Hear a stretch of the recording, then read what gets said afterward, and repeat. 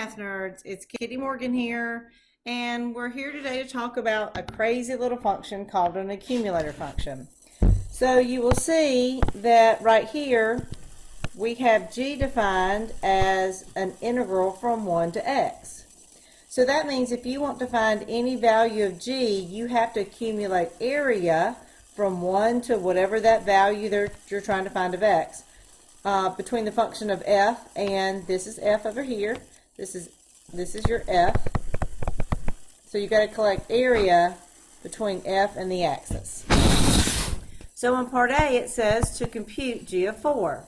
So g of 4, and that's a 4, is equal to the integral from 1 to 4 of f of t dt.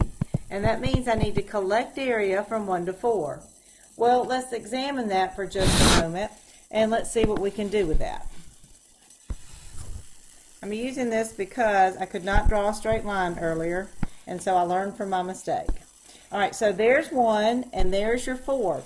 But I want you to notice something. I want you to notice that from 2 to 3, if you're collecting area, and from 3 to 4, that is the same triangle. There's a height of 1, width of 1, width of 1. So this, because this area is above the axis and that area is below the axis, they would cancel each other out. So really, to collect the area from 1 to 4 of this particular thing means really we only go from 1 to 2, because the 3 and 4, the area from 2 to 4 would cancel each other out. Well, this just makes a trapezoid. So I need to find the area of the trapezoid, and that is 1/2. And I'm going to change colors for just a minute if it'll let me. Sometimes it won't. And I want you to see that the base right here, the base, is really the width between the x's. And that base is 1. Don't you love that little color pen?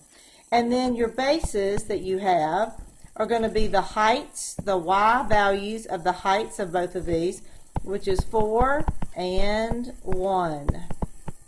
And so to find that area, you just find the area of a trapezoid, really, and that's 1/2 of 5, which is 5/2. So when a function is defined as like g is, where you're accumulating area, then g is called an accumulator function. So let's look at the second part of part A, which is g of -2. So g of -2 is going to equal the integral from 1 to -2 of f of t, and I wrote dx up there, sorry, f of t dt. And that means I'm going to collect area from 1 to -2. So let's erase all of our stuff on our little diagram, and let's look at that. I've got to go from, and again I'm going to use that little thing right there, I'm going to go from 1 to -2. Well, that's going backwards. And remember, in the time that we talked about collecting area, you have to go from left to right to collect it properly. So if you go from right to left, we know the answer will be negative. So I'm going to just go ahead and put that negative there before I forget it. And then once you do that, and you make that realization, notice that what we've made here is just a trapezoid. And I mean a trapezoid, crazy girl, you just did that. This is triangle. This is a triangle. And this base is 1, 2, 3 long and is 4 high. So it's just 1/2 times 3 times 4, which is -6. So that is part A. Hope that helps. And come back for part B, C, and D.